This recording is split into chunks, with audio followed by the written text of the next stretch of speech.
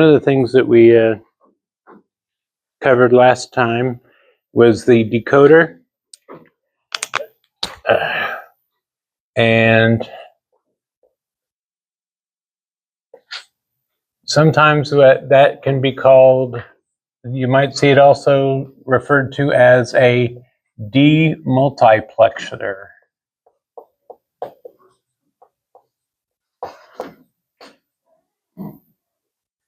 And one thing that I neglected to show you was the block diagram for a demultiplexer. It has, I'm going to do a 3 to 8. It is a trapezoid with the wide side going to the out.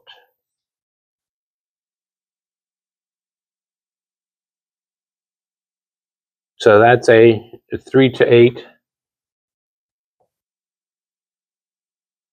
demux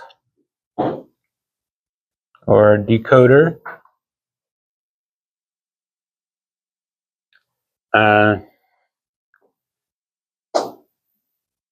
Demux is used sometimes in some literature to refer to a demultiplexer. Sometimes decoder, but yeah, you have the S0, S1, S2, and Q0, Q1, Q2, Q3, Q4, Q5, Q6, and Q7.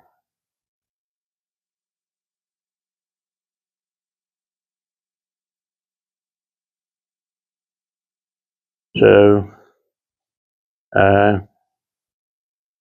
that is the demultiplexer. As you might have guessed from the name, there are also what's known as multiplexers.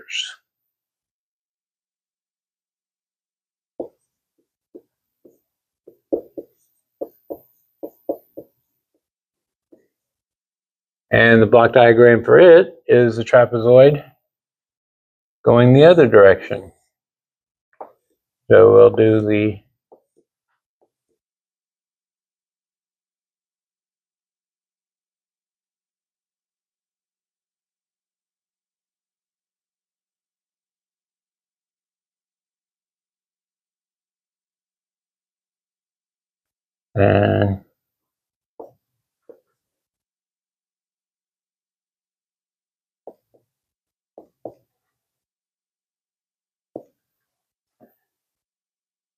and you have Q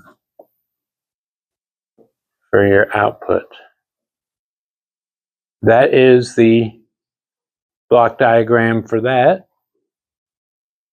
It is called a muxer or a mux. And it's this is an 8 to 1.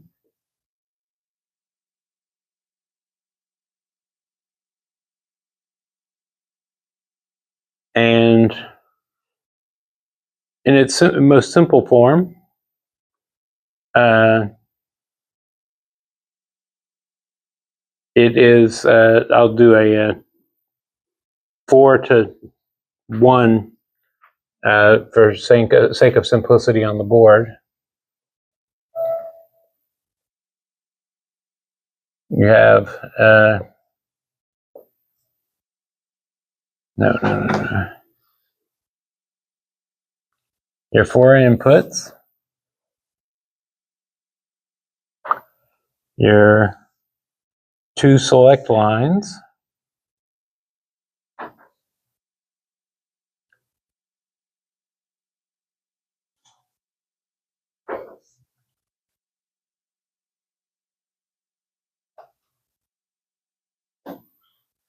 and a data selector we covered early on is just an AND gate with the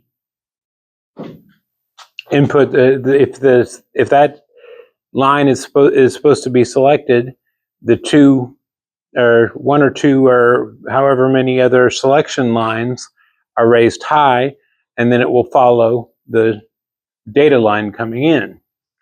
So this is A, B, C, and D. So for A, you would have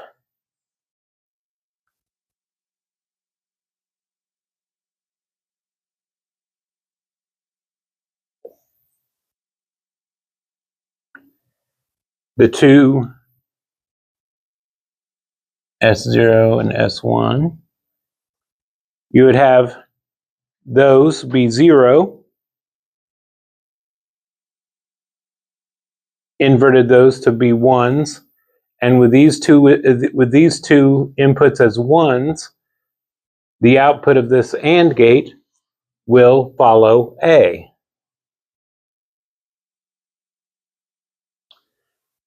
For B,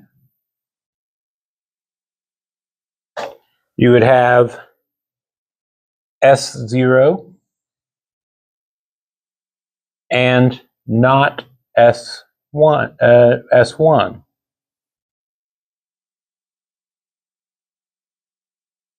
And that will follow B.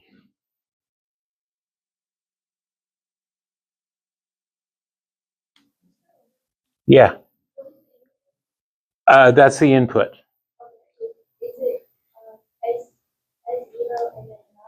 S0 and S1. And those two are inverted for selection of the AND gates if you need the inverted input.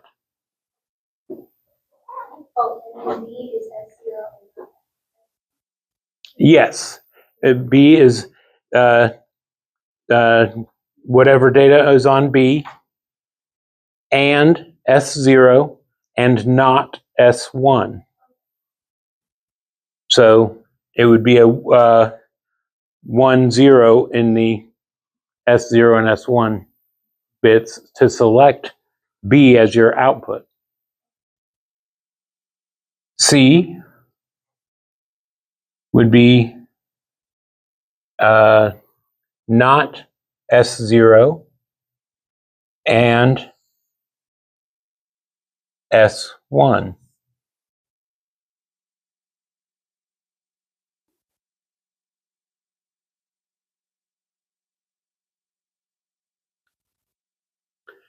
And D would be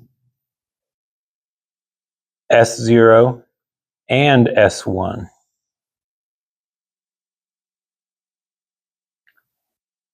And then all of these would be fed into a OR gate for the output. So the state diagram, or the state table,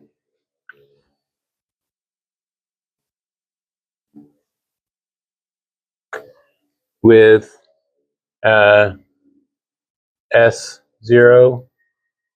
S1, let me put that S1 over here, and Q, 0, 0, 0, 1, 1, 0, 1, 1. Q would be A, B, C, or D.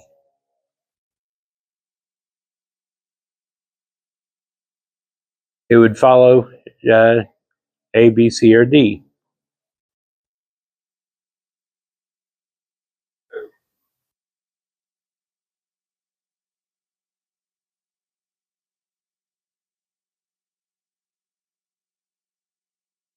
Is that making sense, or do I see looks of confusion, or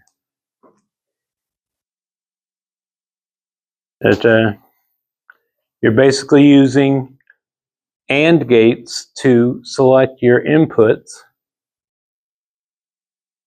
and then ORing the outputs of those AND gates together.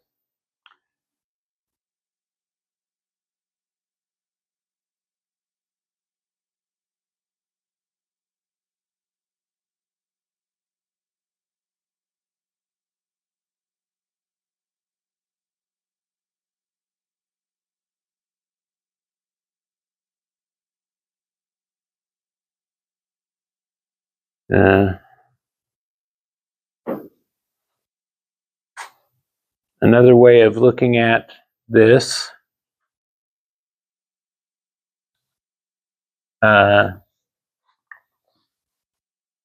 would be to use a decoder. You have you have a dry eraser, a dry marker here.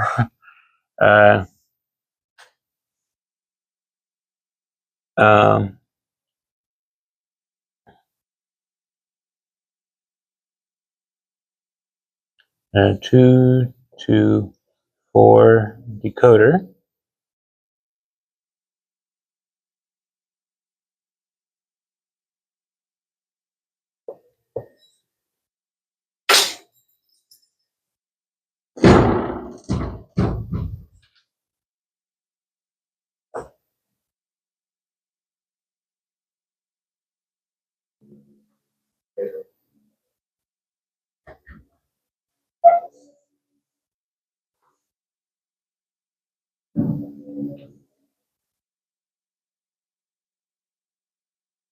And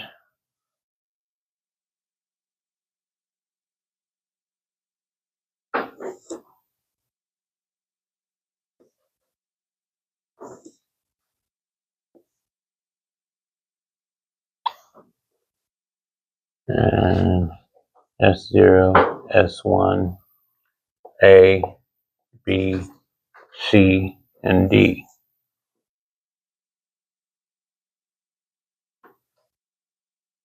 That's another way of doing it, using just using a decoder to select which input is going to be selected for the output.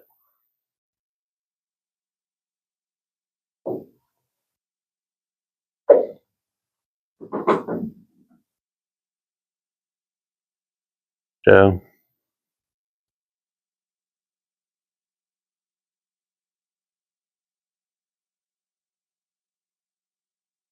that's a, yeah. On D on this one, is SO inverted or was it? No, S0 is not inverted on D. It comes straight in and does not go through the inverter.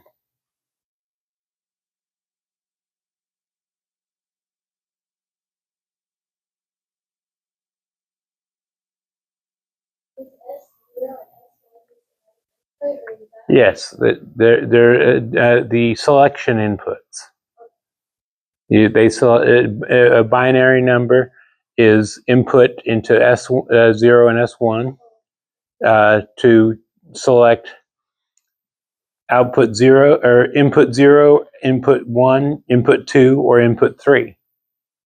So it's 0, 1, 2, 3 in binary.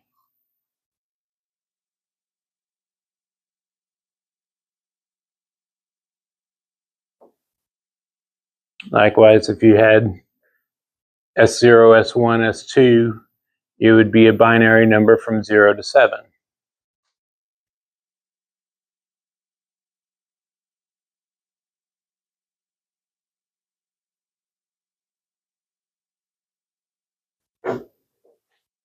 Fortunately, these are easily available in prepackaged chips, so you can, if you needed one, you could just buy the chip and not worry about the internal workings of it.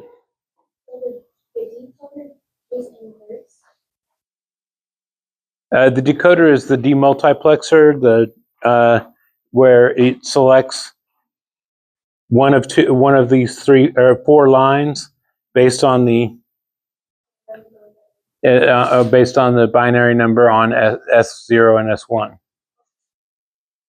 So this would be 0, 1, 2, 3.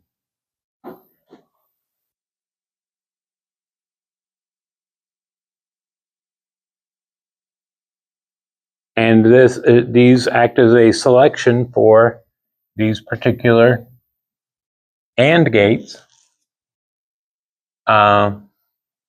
because as you may remember, a data selector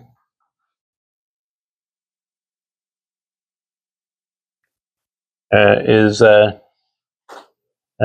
S and A, Q, 0, 1, doesn't matter.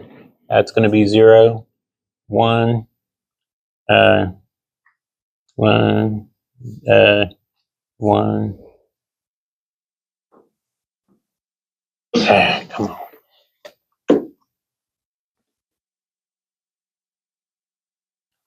A data selector is just an AND gate with one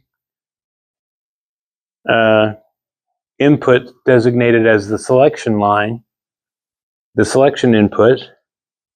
And it doesn't matter what A is. If the selection input is 0, the output's going to be 0, because 0 ANDed with anything is going to be 0. Whereas if the selection input is high, it will follow a Q will follow A.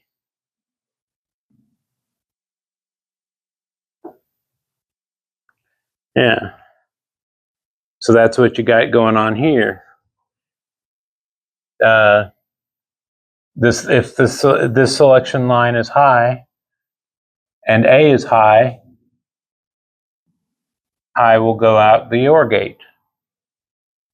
If the selection bit is high and A is low, a low will go out the output.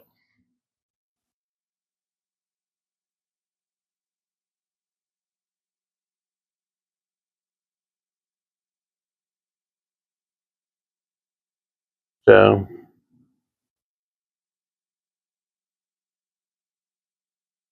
you can select which output you want based on a numerical value of the line coming in.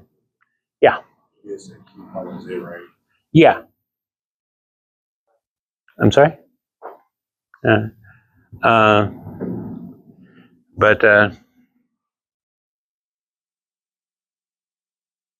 This is particularly useful in multiplexers are particularly useful in arithmetic logic units, which you'll get into in CompOrg, computer organization, where you have multiple arithmetic functions being performed, and you use multiplexers to send out whatever mathematical function is being selected.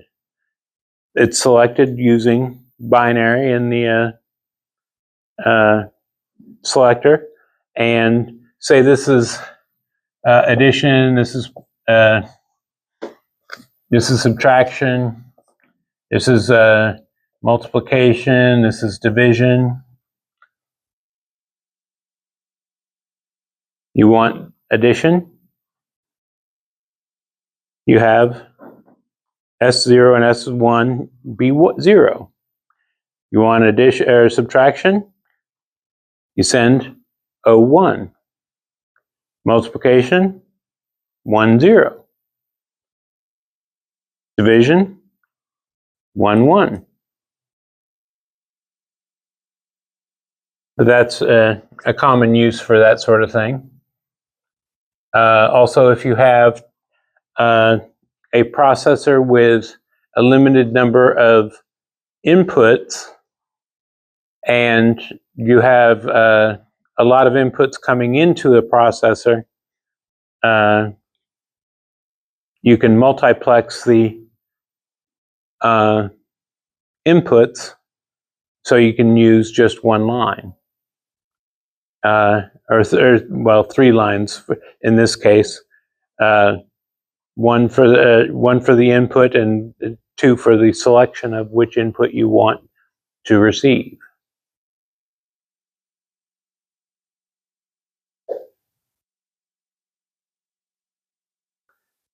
Now, another way to do this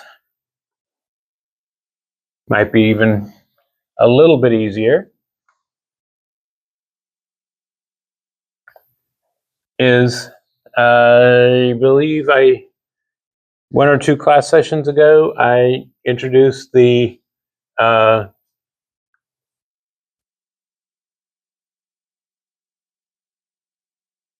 tri-state buffer.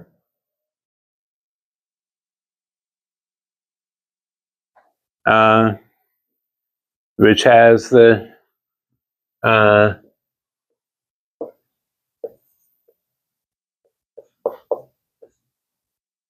let's see here.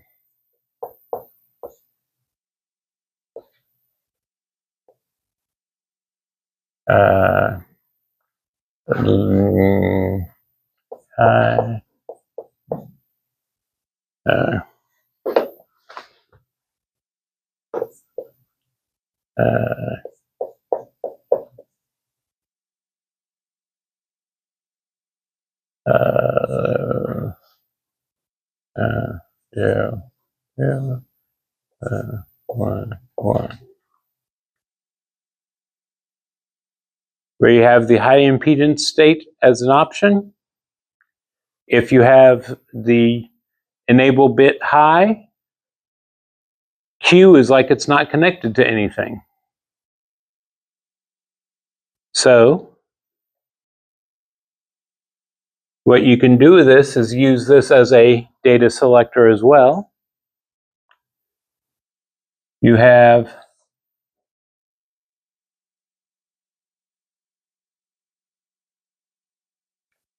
your, I'm just going to do 2. A and B. I did that wrong.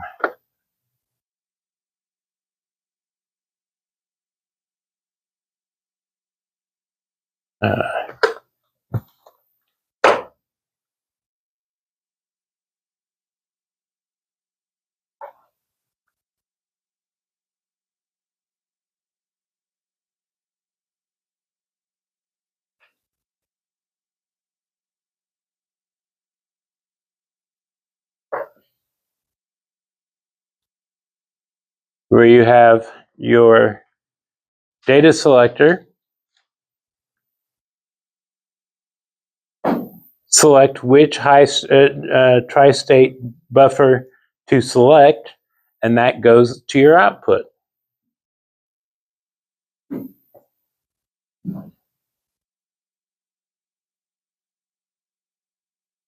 So if S is low, it selects A. So you have S is 0 and Q are out.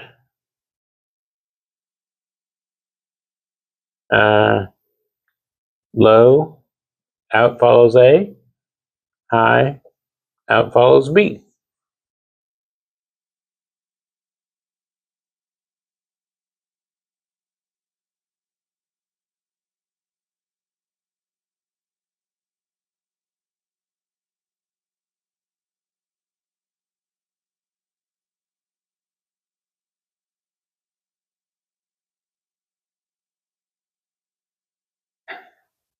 You can expand that out as many as you want.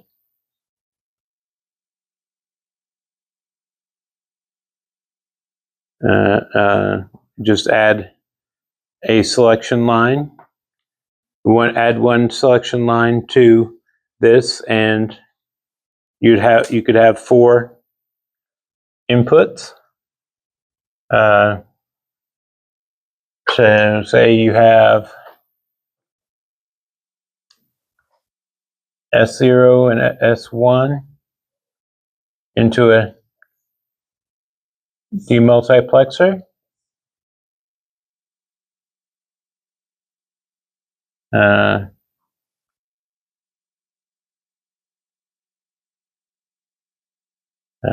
C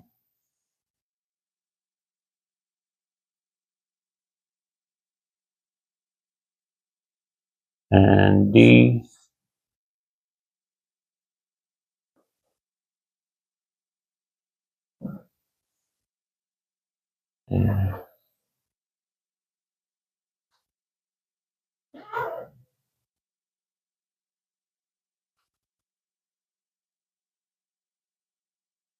And that would accomplish the same thing as this here.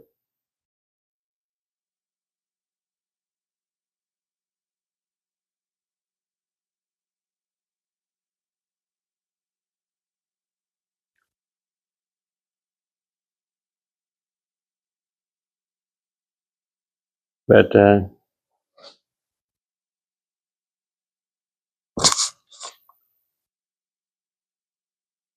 there's lots of ways to do this sort of thing.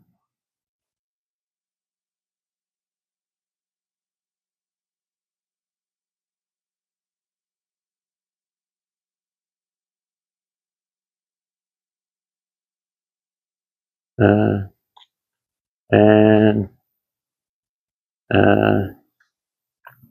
you just have S1,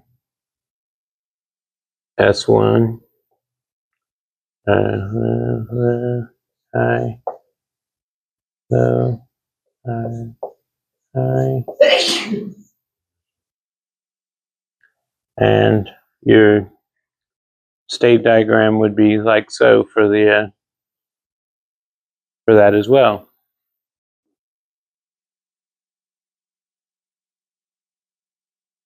Lots of different ways to do it, depending on what hardware you have available to you.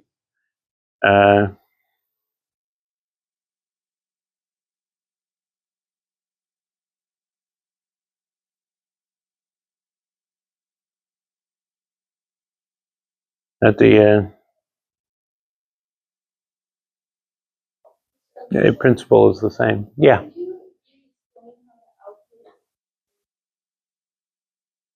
All right. So S0 and S1, binary numbers. I put low and high here, but you can substitute that for 0, 0, 0, 1, 1, 0, 1, 1. Same as over here. If it's 0, 0 on S1 and S0, it selects this here. It selects this line here and brings this low, and these would be high. And because the enable on the on these buffers here is high, these are like they're not connected. Only A is connected, and a Q would follow. The output would follow A. A is 1, output would be 1. A is 0, output would be 0. The reason why you don't want to have these two or these three connected at that point is if, say, this was low and this was high, you'd create a short circuit here. It would go from high to low. The electricity would go feed back into there. There's no resistance. It would cause a short circuit and things would start smoking. And we all know smoking is bad for you. So But so you have the tri-state, the high impedance state, or the high Z state as it's called sometimes, to prevent that from happening.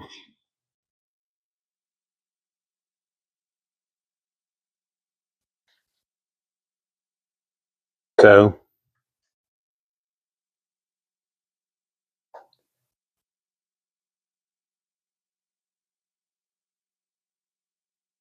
let's see here. I need to get another dry erase marker. This one's not working out very well today. But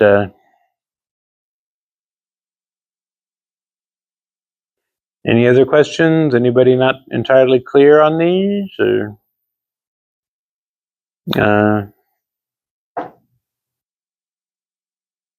what time is it? Yeah. Well,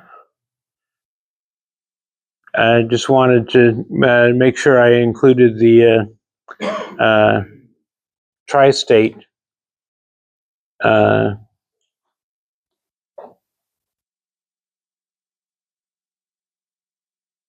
buffer as a logic device, because they're very handy, and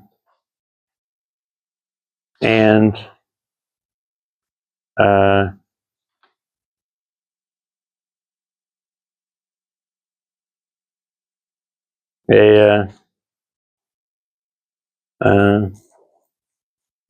have lots of applications in situations like this, in bus access, which are just basically multiple multiplexers in parallel.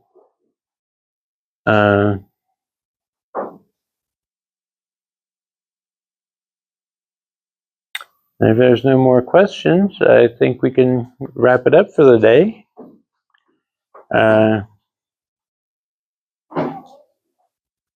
Let's see here. I think that's everybody. But anyway, have a good day. See you on Wednesday. I believe Wednesday we are going to have a little quiz on these more advanced sequential circuits. And then Friday we will start on, on combinational circuits. And we'll do start on sequential circuits on Friday. Have a good day.